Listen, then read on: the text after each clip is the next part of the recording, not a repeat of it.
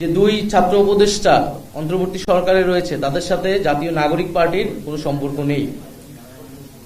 তারা গণ অভ্যুত্থানের প্রেক্ষিতে গণ অভ্যুত্থানের প্রতিনিধি হিসেবেই সেই সময় সরকারে গিয়েছিলেন, আমিও তাদের মধ্যে সেই সময় একজন ছিলাম। তারা যদি রাজনীতি করতে চায়, নির্বাচন করতে চায়, তাহলে তারা সরকারের থেকে সেটা পারবে না, তখন তারা সরকার থেকে বের হয়ে তাদের মতো সিদ্ধান্ত নেবে। কিন্তু তাদেরকে জাতীয় নাগরিক পার্টির সাথে সংযুক্ত করে তাদেরকে চেষ্টা করা হচ্ছে। আমরা বলবো যে এটি খুবই উদ্দেশ্যমূলক। গণঅভ্যুত্থানের প্রতিনিধি আকারে তারা গিয়েছে।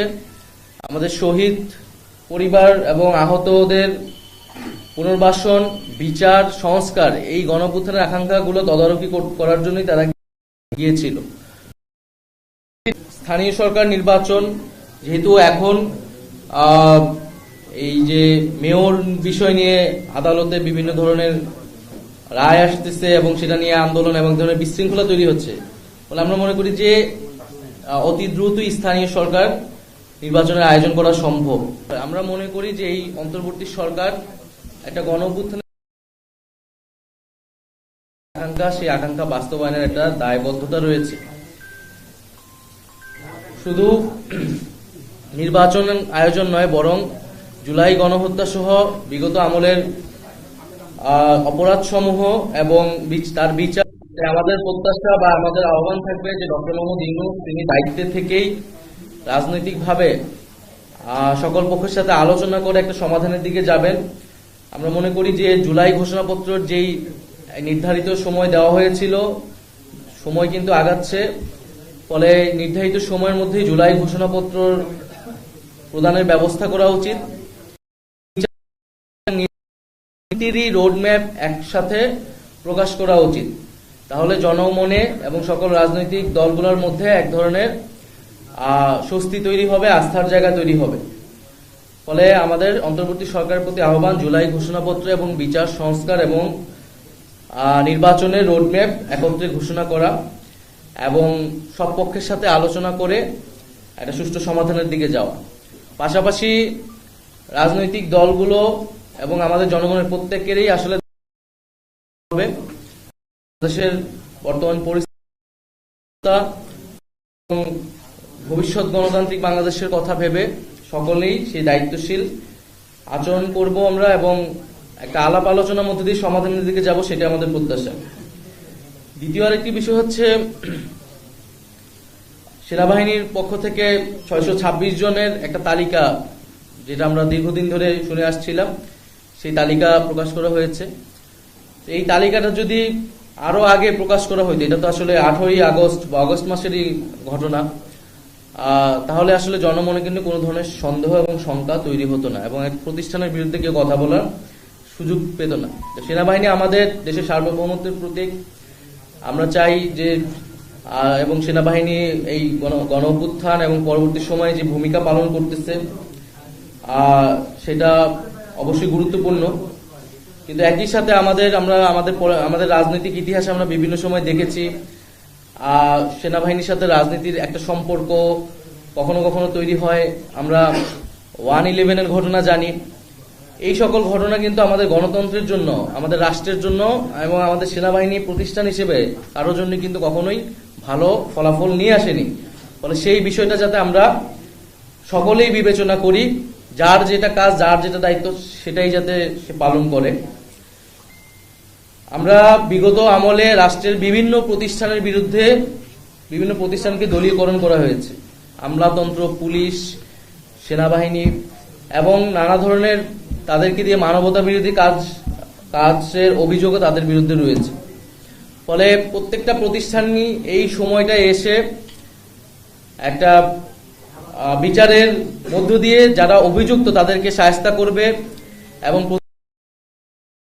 জনগণের পুনঃপ্রতিষ্ঠা করবে, এটাই আমাদের প্রত্যাশা। গুমের অভিযোগ যাদের বিরুদ্ধে রয়েছে, যে সকল সেনা অফিসারের বিরুদ্ধে রয়েছে, তাদের মধ্যে অনেকে গ্রেফতার হয়নি বা তার অবস্থা আমরা কিন্তু জানি না। ফলে এইগুলা সুস্পষ্ট করলে সেনাবাহিনীর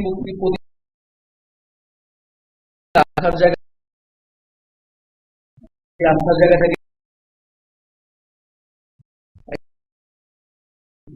আওয়ামী আমলে নির্বাচনগুলো আদালতে গিয়ে এক ধরনের বৈধতা নেওয়ার চেষ্টা করা হচ্ছে, বৈধতা দেওয়ার চেষ্টা করছে। আমরা মনে করি যে এটা একটা বিশৃঙ্খলা তৈরি করবে,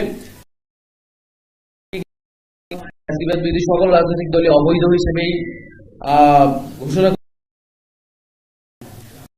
সেই নির্বাচন নিয়ে বিশৃঙ্খলা তৈরি করার চেষ্টা না করে আমাদের স্থানীয় সরকার নির্বাচনের দিকে যাওয়া উচিত। স্থানীয় সরকার নির্বাচনের মাধ্যমে নাগরিক যে দুর্ভোগ সেটিও আসলে দূর হবে। আমরা নির্বাচন কমিশন নিয়ে বলেছি, নির্বাচন কমিশনে আমাদের একটি কর্মসূচি ছিল। নির্বাচন কমিশন যে নিরপেক্ষতা, যে আস্থাটা হারিয়েছে বলে আমরা মনে করছি।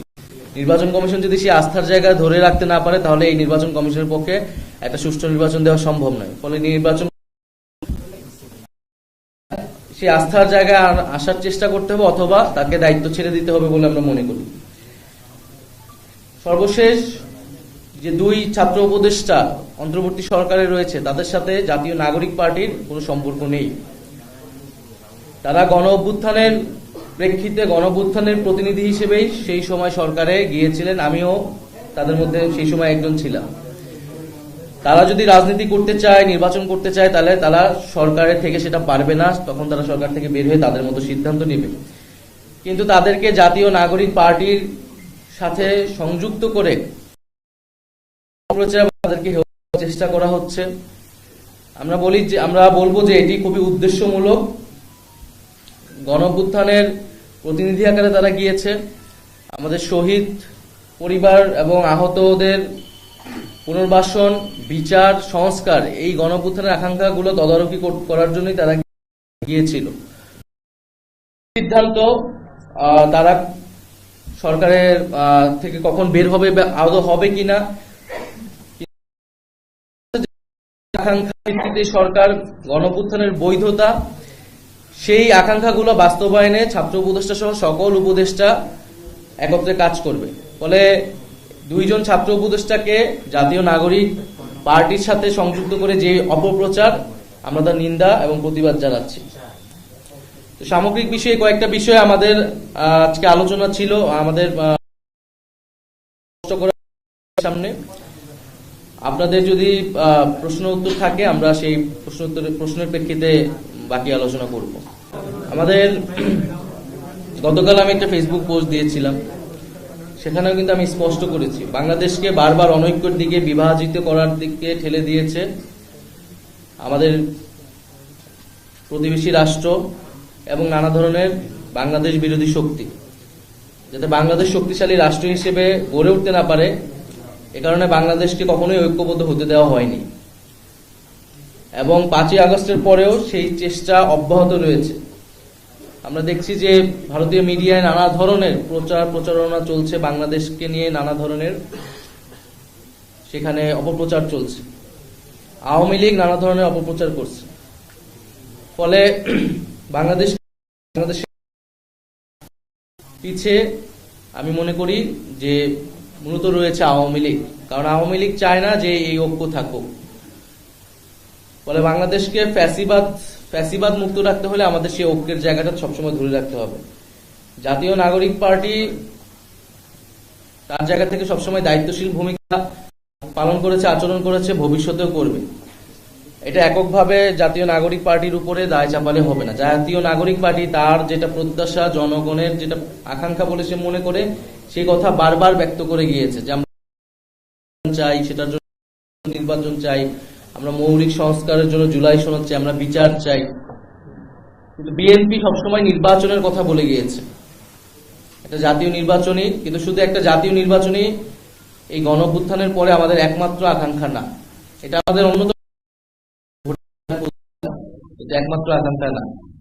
তো রাজনৈতিক মতামত, ভিন্ন মত, আদর্শ কিন্তু আমাদের থাকতেই পারে, কিন্তু দেশের স্বার্থে আমাদের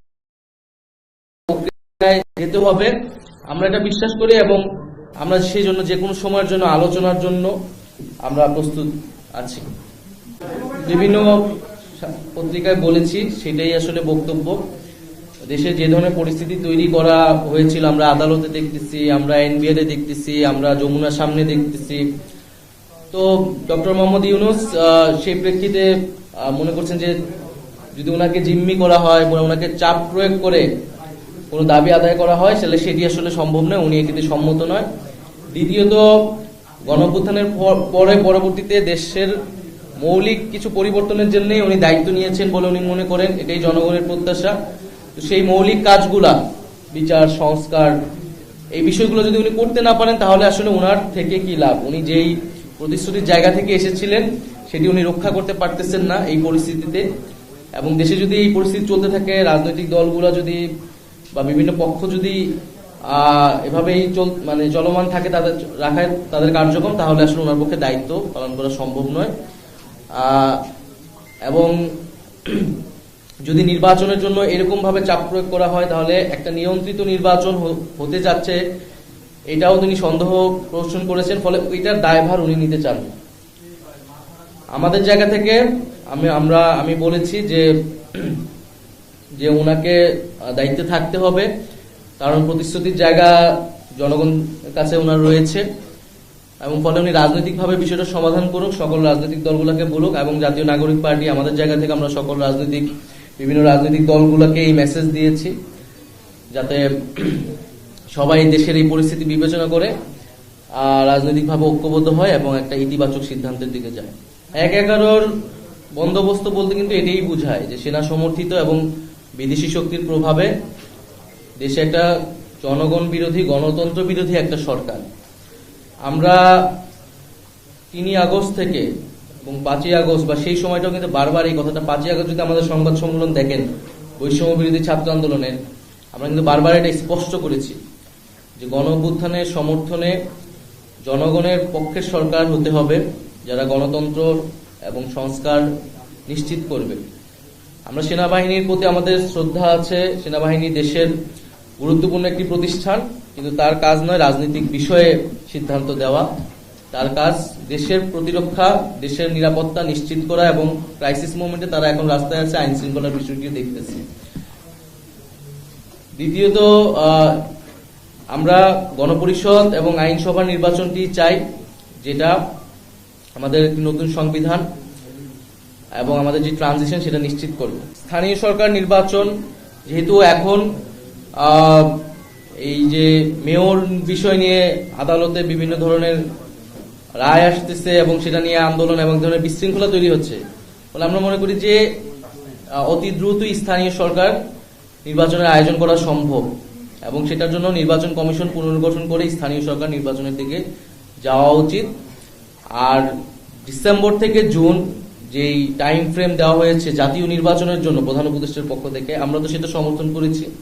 আমরা বলছি যে তার আগেই যে জুলাই ঘোষণাপত্র, বিচার, সংস্কার এগুলার নিশ্চিত করে আমরা জাতীয় নির্বাচনের দিকে যেতে পারি।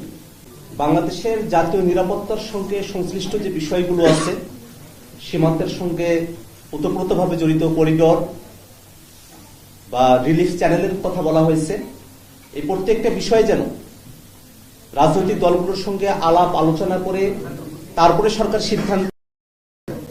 জাতীয় নাগরিক পক্ষ থেকে আমরা স্পষ্ট বক্তব্য আগেও দিয়েছি, আজকেও আমরা একই কথা ব্যক্ত করছি যে রিলিফ করিডোর হোক আর হিউম্যানিটেরিয়ান করিডোর হোক, যে সিদ্ধান্তের দিকে সরকার অগ্রসর হতে চাক না কেন, সে ব্যাপারে যেন জনগণের মধ্যে এবং রাজনৈতিক দলগুলোর সাথে কোনো ধরনের ধোঁয়াশা না থাকে। করিডোর ইস্যুতে সরকারের তরফ থেকে আমরা 2 ধরনের বক্তব্য শুনেছি, যেটা স্পষ্টতই একটা ধোঁয়াশার জায়গা তৈরি করেছে। পরবর্তীতে সরকারের তরফ থেকে পরিষ্কার করা হয়েছে যে করিডোর নয়, সেখানে ত্রাণ আদান প্রদানের ব্যাপার হতে পারে। আমরা সেখানেও বলেছি যে ত্রাণ আদান প্রদানের ব্যাপার হলো সেটা আসলে কার কাছে নিয়ন্ত্রণ থাকবে, সেটা কিভাবে পরিচালিত হবে, বাংলাদেশের স্বাধীনতা, সার্বভৌমত্ব বা মানচিত্রের কোনো ধরনের হুমকি সেখানে তৈরি হবে কিনা, প্রত্যেকটা বিষয়ে পরিষ্কার করে রাজনৈতিক দলগুলোর সঙ্গে আলাপ আলোচনা করে তারপরে যেন অন্তর্বর্তীকালীন সরকার সিদ্ধান্ত গ্রহণ করে। ডক্টর মোহাম্মদ ইউনূসের নেতৃত্বে যে অন্তর্বর্তীকালীন সরকার গঠিত হয়েছে, সে সরকার বিচার, সংস্কার, জুলাই ঘোষণাপত্র নিশ্চিত করার মধ্য দিয়ে নির্বাচনের দিকে অগ্রসর হবে, এটাই আমাদের প্রত্যাশা। সে সরকারকে 5 বছর ক্ষমতায় থাকতে হবে, একটা দীর্ঘ সময় কাজবিহীনভাবে সরকার সময় পাবে এমনটা আমরা মনে করি না। আমরা মনে করি অন্তর্বর্তীকালীন সরকার সময় পাবে তার কাজের ভিত্তিতে, যে কাজের জন্য যে আকাঙ্ক্ষার ভিত্তিতে অন্তর্বর্তীকালীন সরকার গঠিত হয়েছে, সে আকাঙ্ক্ষাগুলো পূরণ করেই অন্তর্বর্তীকালীন সরকার তাদের দায়িত্ব সমাপ্ত করে নির্বাচনের দিকে অগ্রসর হবে। সেক্ষেত্রে অন্তর্বর্তীকালীন সরকারের তরফ থেকে ডিসেম্বর থেকে জুনের যে সময়সীমার কথা বলা হয়েছে, আমরা বিশ্বাস করি যে অন্তর্বর্তীকালীন সরকারের যদি সদিচ্ছা থাকে এবং রাজনৈতিক দলগুলোর যদি সরকারের প্রতি সহযোগিতাপূর্ণ মনোভাব থাকে, এই সময়কালের মধ্যেই বিচার সংস্কার, জুলাই ঘোষণাপত্র, জুলাই সনদকে দৃশ্যমান করে নির্বাচনের দিকে সরকার অগ্রসর হতে পারে। অতএব 5 বছরের যে ক্যাম্পেইন বা আলোচনা চলছে, তার সঙ্গে দলগতভাবে জাতীয় নাগরিক পার্টি এনসিপির কোনো সংযুক্তি নেই। সরকারের সিদ্ধান্ত, সরকার কি করবে, আমরা বর্তমান পরিস্থিতি বিশ্লেষণে জনগণের সমস্যা সমাধানের জন্যই, জাতির সমস্যা সমাধানের জন্যই বক্তব্যগুলো দিয়েছি। আমাদের বাকিটা সরকারের সিদ্ধান্ত। তবে আমরা মনে করি যে এখন যে পরিস্থিতি, এখন আসলে সবার আগে প্রয়োজন একটা স্থিতিশীলতা। সরকারের এবং ডক্টর মোহাম্মদ ইউনূসের পক্ষের সাথে কথা বলে একটা স্থিতিশীল জায়গায় যাওয়া এবং সকল রাজনৈতিক দলের সরকারের প্রতি সেই সহযোগিতা পূর্ণ যে মনোভাব, সেটা ব্যক্ত করা। পরে আমরা বাকি বিষয়গুলোতে আবার আসলে হয়তো আলোচনা করতে পারবো সরকারের সাথে, কিন্তু আলোচনার মাধ্যমে আমাদের আসলে সমাধানের দিকে যেতে হবে। আমরা তো এর আগেও বলেছি যে আমরা এটা স্যাটিসফাইড না যে গতিতে কার্যক্রম চলছে। আমাদের সেই সমালোচনা সরকারের প্রতি রয়েছে, আবার একই সাথে সেই সহযোগিতাও রয়েছে। আমরা আমাদের দাবি সরকারকে চাপ প্রয়োগ করছি, কিন্তু এটা অবশ্যই দেশের স্বার্থে, জনগণের স্বার্থে এবং সরকারকে কোনো ধরনের কাজে বাধাগ্রস্ত তো আমরা করছি না। ফলে আমরা চাবো যে কোনো পক্ষে সরকারের কাজে বাধা হয়ে না দাঁড়াক, সরকারের সমালোচনা করুক, সহযোগিতা করুক এবং সরকারও তার যে কাজের গতি বৃদ্ধি করুক, জনগণের সামনে আরো স্পষ্ট করুক তার কাজের গতি ধারা।